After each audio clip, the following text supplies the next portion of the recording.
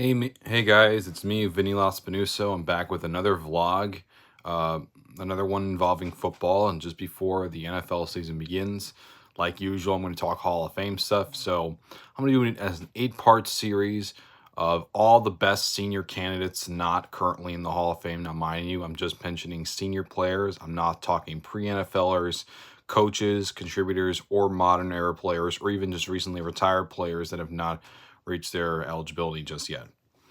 So I'm going to go in order of division. I'm going to start with the AFC West. And of course, alphabetically, it's the Denver Broncos. Randy Gradishar is obviously the one that comes to most people's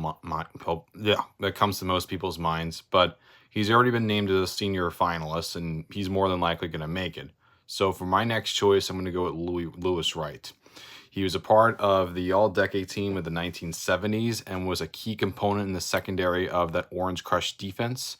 He was also someone that was, like a 6-time All-Pro, 6-time Pro Bowler. He was viewed as one of the best corners of his game.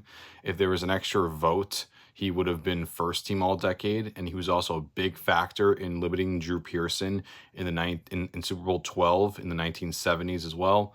So I would give that to Drew Pearson. Kansas City Chiefs.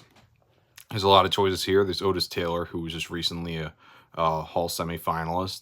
People also mention, Jim Tyrer, who I would like to put in, but I'm a little hesitant to put him in, mostly because he's someone who has been, who did die because of unforeseen circumstances. Jerry Mays is another one, but I'm going to go with Albert Lewis here as a little bit of an oddball choice, because he was one of the final 10 before they cut it down to 5 for the moderns, and he was a senior semifinalist this year.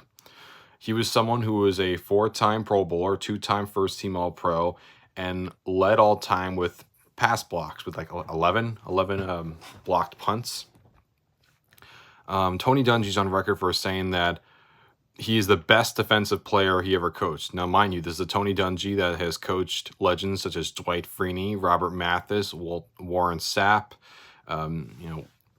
Derek Brooks, Ronnie Barber, John Lynch, Simeon Rice, Hardy Nickerson, and also numerous other players in his past. And he saw Albert Lewis as around them, if not better. So that says a lot.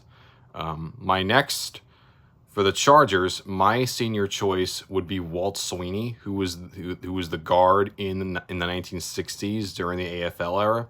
He was a 9-time Pro Bowler and like a 9-time All-Pro. Merlin Olsen is on record for calling him the toughest person he ever played against, and said that he should also be in the Hall of Fame before he died. I would say he absolutely deserves to make it. I think he's also the very best of the linemen of the AFL era not to be in the Hall of Fame.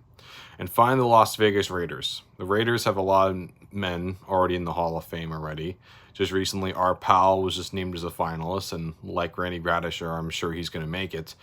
So and I know people mention Lester Hayes a lot, but the one I'm going to go with is Dave Gray. And many people also mention Darryl LaMonica. Of course, people mention Jim Plunkett a lot. And Clem Daniels, I've seen some people mention as well, or even Ray Chester. But I'm going to mention a different candidate, and the one I'm going to mention is Dave Grayson.